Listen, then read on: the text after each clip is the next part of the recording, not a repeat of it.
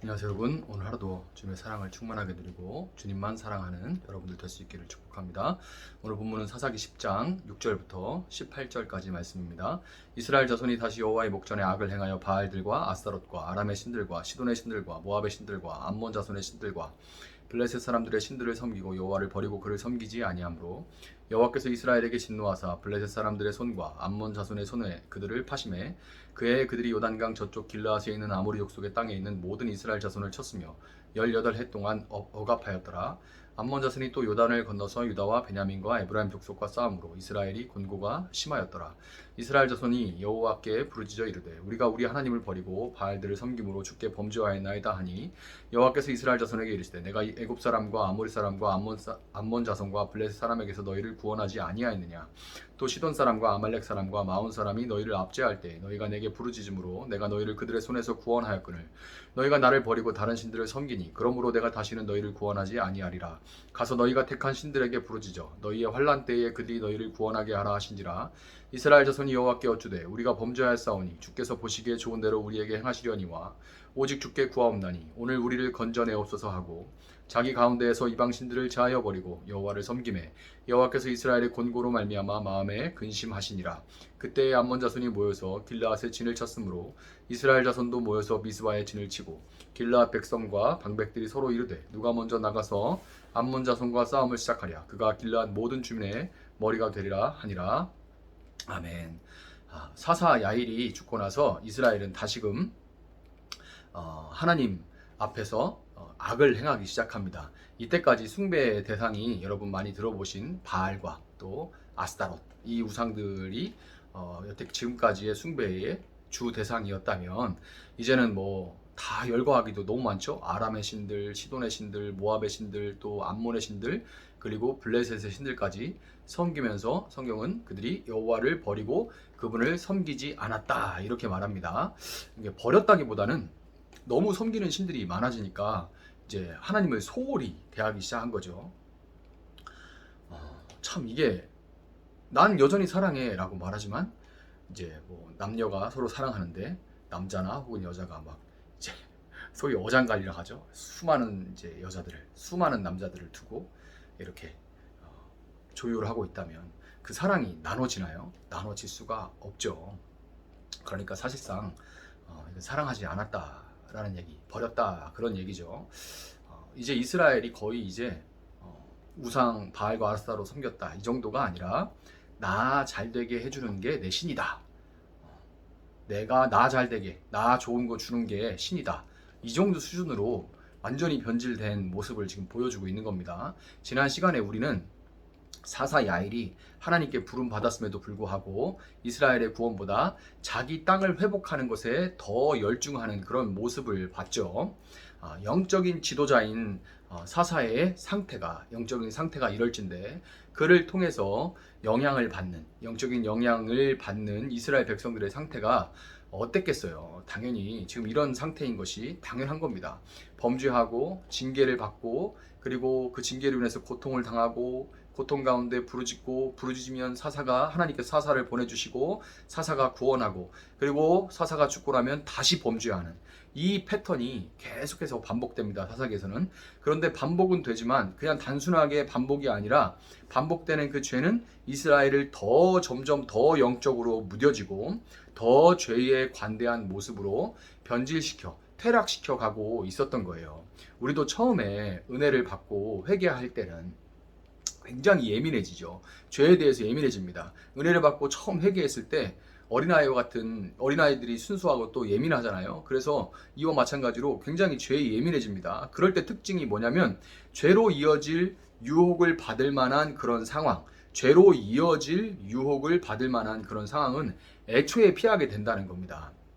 그런데 한두 번 이제 넘어져 보고 회개하는 일이 반복되고 또 뭐 어떤 때는 교만해져서 난 이 정도는 괜찮아. 이 정도쯤은 즐겨도 돼. 이런 생각들 때문에 방심하다가 그래서 이제 뭐 한 번, 두 번 넘어지죠. 넘어지고 뭐 회개하고 하는 일이 반복되고 또 죄를 지었는데도 불구하고 당장에 무슨 큰일이 일어나지 않는다는 것을 이제 경험하다 보면 점차 이전에 즐기던 죄의 습관으로 돌아가게 되고 그러다가 다시금 죄에 무뎌지고 이제 무뎌지면 당당하고 뻔뻔해지다 못해서 그것을 이제 지적하면 그 지적하는 사람에 대해서 거기서 돌이켜야지, 더 이상 그렇게 하면 안 되지, 이렇게 말하는 사람에 대해서 화까지 막 화를 벌컥 내는 그런 상황에까지 이르게 되는 거예요. 이런 과정을 시편 1편 1절은 정말 기가 막히게, 시의 특징이 그렇잖아요. 함축적으로 운율이 있는 한 줄로 완전히, 우리 고장의 이제 유명한 나태주 시인의 시도 그렇잖아요. 읽어보면 정말 한 줄, 산문으로 이만큼 써야 되는 것을 완전 농축해서 한 줄, 한 단어로 이제 아주 촌철살인의 촌철살인을 하기도 하고 또 아주 풍성한 시감을 느끼게 할 수 있는 것이 시인데, 시편 1편 1절이 정말 기가 막힙니다. 뭐라고요? 복 있는 사람은 악인들의 꾀를 따르지 아니하며 죄인들의 길에 서지 아니하며 오만한 자들의 자리에 앉지 아니하고. 이거 반대로 한번 볼게요. 그러면 복 없는 사람은, 저주 아래 놓여 있는 사람은 악인들의 꾀, 생각을 따르고 죄인들의 길에 서며 오만한 자들의 자리에 앉는다. 이렇게 딱 한 줄로. 자, 은혜를 받아서 술에 이어지는 타락으로 나아가던 삶에서 돌아왔다고 생각해 보세요. 이제 술만 마시는 것이 문제는 아니죠. 술 마시면 항상 이제 타락으로 이어지는 길로 나아가게 되잖아요. 사회생활 하면서. 그런데 이 삶에서 이제 돌이켰는데 악인들과 어울려 이럴 때 한 잔을 해야지, 이런 일을 위해서는 한 잔을 해야지, 또 이런 일이 되게 하기 위해서는 한 잔 해야지, 뭐 이런 거 있잖아요. 그들의 생각을 따르다가 도움이 있는 노래방에 가게 되고, 이제 거기서 더 나가서 룸살롱으로 이어지는 그들의 길에 서는 겁니다. 함께 가는 거예요. 2차 가야지. 그러고서 그 길에 같이 서 있어요. 기가 막히죠? 밤거리에 서 있는 모습 한번 생각해 보세요. 그 길에 서 있어요. 그들이 가는 길로 간다는 얘기죠. 나중에는 그들과 함께 앉아서 붓고 마시며 머릿속으로 무슨 생각이에요? 2차 갈 생각을 하는 거죠. 이제 3차라고 얘기하나요? 남자 끼고 여자 끼고, 근데 이제 즐기러 더 가는 거죠. 그러면서도 내가 누굴 때렸냐, 누굴 걸 훔쳤냐, 사회생활 하면서 힘들고 피곤하고 뭐 또 일이 되게 하려면 이 정도는 할 수도 있는 거지, 하여튼 잔소리 한다고 그렇게 큰 소리 치며 오만한 태도를 보이는 사람들이 참 많습니다. 제가 너무 쉬운 예라서 술을 예로 들었지만 술만의 문제는 절대 아니에요. 부정부패도 그렇고 모든 일들, 거짓말도 그렇고 모든 일들이 다 이런 식으로 진행이 됩니다. 이스라엘의 영적인 어두움이 짙어질수록 징계의 수위도 점차 높아집니다. 그동안은 이스라엘을 둘러싼 이방 민족들 가운데 하나가 강성해져서 이스라엘을 쳐들어오거나 한두 민족이 연합해서 이제 몰려왔다면, 이번에는 두 민족, 블레셋과 암몬이 쳐들어와요. 블레셋과 암몬은 이제 연합해서 하나로, 한 덩어리로 쳐들어온 게 아니라 각각, 블레셋은 서쪽에 지중해 연안에서 서쪽으로부터 쳐들어왔고 바다로부터 쳐들어온 거예요. 그리고 암몬은 요단강 동편으로부터 쳐들어왔던 겁니다. 그러니까 동서에서 아주 동시다발적으로 막 쳐들어오는 거예요. 물론 암몬이 더 악랄했기 때문에 그들이 입힌 피해가 더 극심했기 때문에 암몬 위주로 기록되어 있긴 하지만, 그렇다고 블레셋이 없는 건 아닙니다. 블레셋도 여전히 약탈을 방어하고 있는 거예요. 고려 말에 고려의 구군이 기울어 갈 때 북으로는 막 오랑캐가 침입을 하고 남쪽 해안은 왜구의 침입으로 막 약탈과 방화, 강간과 죽음이 끊이지 않았던 상황이 떠오르는데, 딱 이런 상황입니다. 이런 처참한 상황에서 억압을 당한 지 무려 18년, 18년의 시간이 흘렀으니까 이스라엘이 하나님께 부르짖지 않을 수가 없는 거죠. 하루 이틀도 아니고 더 이상 이렇게 못 살겠는 거죠. 그러니까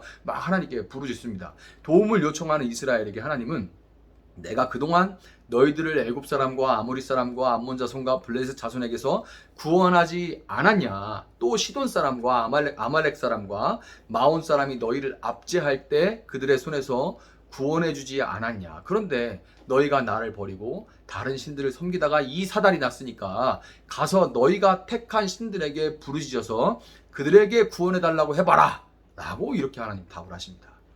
하나님의 이런 반응 참 낯설죠. 그렇지만, 낯설긴 하지만 너무나 당연한 반응입니다. 이렇게 하지 않는 것이 오히려 이상한 거죠. 그런데 이게 단순히 그냥 뭐 삐졌다 이런 의미가 아닌 거예요.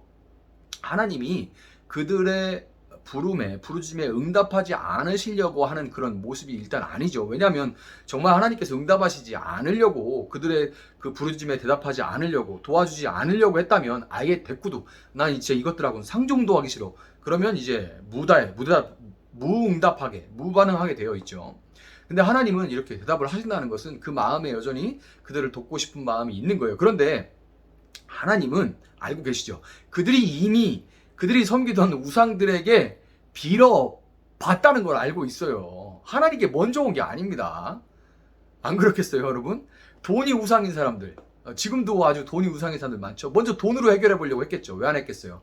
그리고 뭐 아주 인맥이 최고야라고 생각하는, 자기가 인맥을 가진 걸로 누구 알고 이런 걸로 아주 뿌듯해하고 거기에 목숨을 거는 사람들, 그런 사람들은 또 왜 인맥을 동원해 보지 않았겠습니까? 자기가 할 수 있는, 그동안 우상으로 섬겨왔던 것들을 막 섬겼겠죠.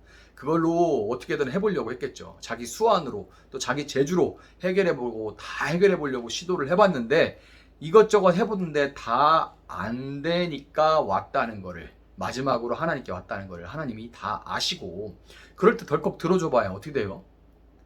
그럼 뭐 하나님 고마운지도 몰라요. 그러니까 그들이 그토록 따르는 우상들이 얼마나 헛된 것인지 깨달아 알 수 있도록 하나님께서 이렇게 반응하신 겁니다. 하나님의 반응이 시큰둥하니까 이스라엘은 자기들 가운데 우상을 제하고 더 하나님께 매달립니다. 하나님이 약한 걸 알고 있는 거죠. 이런 부분에 약한 걸. 여러분, 우리는 어려움이 찾아와야, 고통이 찾아와야 하나님 앞에 회개하고 그분께 매달립니다. 금식을 하면서 뭐 헌금을 작정하기도 하고 막 요란을 떨죠. 어려우면, 그 전까지 이 사람이 신앙생활 했는지 안 했는지 잘 모르고 뜨뜻미지근하게 교회를 왔다 갔다 하던 분이 참 어려우면 그 고난이 닥쳐오고, 누가 자녀가 아프다거나 뭐 어디가 사고가 났다거나 아니면 막 돈이 쪼들리는 일이 생기거나 막 이런 어려움이 막 닥쳐오면, 그때 이제 막 없는 와중에 작정헌금을 한다, 막 금식을 하며, 그 목사들이 새벽 예배 인도하실 때 목사님들이 새벽에 안 나오던 분이 나오면, 아유 새벽 예배 나오셨네, 너무 감사하다, 이게 아니에요. 뭔 일 있나? 이렇게 생각하는 게 우선이에요. 사람이 그러니까요. 근데 그런 모습이 참 얄밉죠. 그런 모습이 참 얄미울 것 같죠. 그렇죠. 그런데 참 이 상대적으로 아예 안 하는 것보다는 훨씬 낫습니다. 그럴 때 그냥 바쁘다고, 힘들다고, 마음 답답하다고 그냥 교회 안 나와버리고, 기도 안 해버리고, 예배당 안 나와버리고, 예배 안 드리고, 이거보다는 그때만이라도 하나님께 매달리는 게 훨씬 나아요. 왜냐하면 하나님은 우리의 아버지시기 때문에 뻔히 또 그럴 줄 알면서도 터지고 피가 나서 아파하면서 우는 자녀를 보면 16절과 같이 그 마음에 우리 하나님 아버지는 근심하시기 때문에 그래요. 그래서 그때만이라도 매달려야 됩니다. 저도 부모가 되어 보니까 이번 장을 묵상하면서 이 표현이 참 마음이 아팠어요. 어떤 표현이냐면 이 근심에, 그 마음에 근심했다. 마치 부모들이 밤에 잠 못 자고 근심하듯이 하나님께서 그 마음에 근심했다. 이 표현이 참 마음이 아팠어요. 이런 말들 흔하게 하죠. 어른들이 자식에게 물려줄 게 있다면 한 번에 다 주지 말고 싹 이제 현찰 5만 원짜리, 예전에는 만 원짜리라고 했는데 지금 5만 원짜리로 싹 바꿔놔가지고 자리에 깔고 앉아있다가 올 때마다가 얼마씩 줘야 된다 하는 말씀들을 해요. 어른들이 참 많이 흔히들 하는 말씀입니다.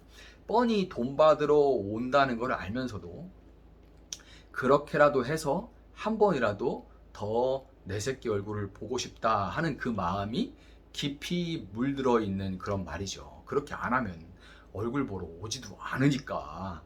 그러니까 그렇게라도 해야 된다. 그 돈을 바닥에 깔고 앉아있을 때 거기서 힘이 나와서 애들이 그래도 한 번이라도 더 보러 온다. 이런 말들을 어른들끼리 이렇게 하는 얘기를 자주 들어요.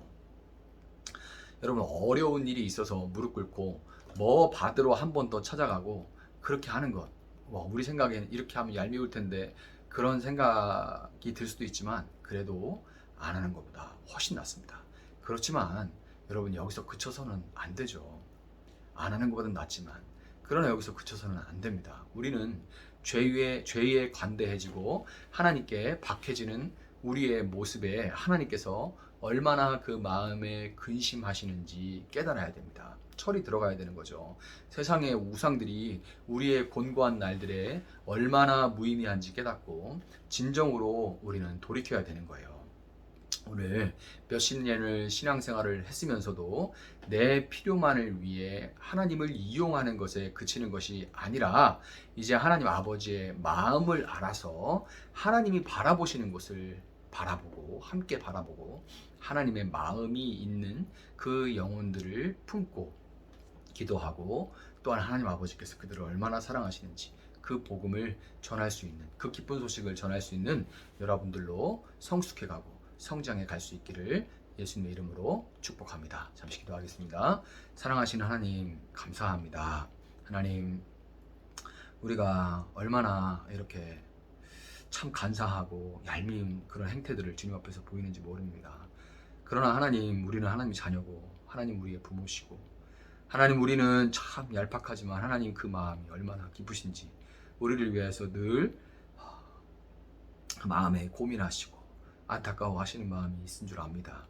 우리가 하나님 안에 있을 때만 우리에게 생명이 있고 하나님 안에 있을 때만 영원한 진리 안에서 우리가 기뻐할 수 있다는 것을 우리가 알고 있습니다. 그럼에도 불구하고 세상에 살아가면서 우리 눈에 보기 좋은 대로 우리 뜻에 맞는 대로 우리가 하나님을 무시하고 많은 것들 중에 하나님을 맨 마지막에 두고 그렇게 살아가는 이런 어리석은 모습들을 용서해 주시고 이제 하나님이 고민하고 근심하는 마음을 우리가 알고 우리 마음이 성장하고 성숙하여서 우리 신앙이 성숙하여서 이제는 하나님 편에 서게 하시고 하나님의 보는 곳을 바라보며 하나님 품으신 영혼들을 함께 품고 나아갈 수 있는 저희들 될 수 있도록 하나님 함께하여 주시기를 원합니다. 우리 성도들 오늘 하루 또 덥고 힘든 가운데 하루를 보냅니다.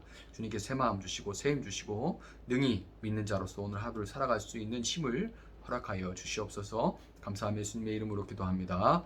아멘. 오늘 주신 말씀 붙들고 계속해서 기도합니다.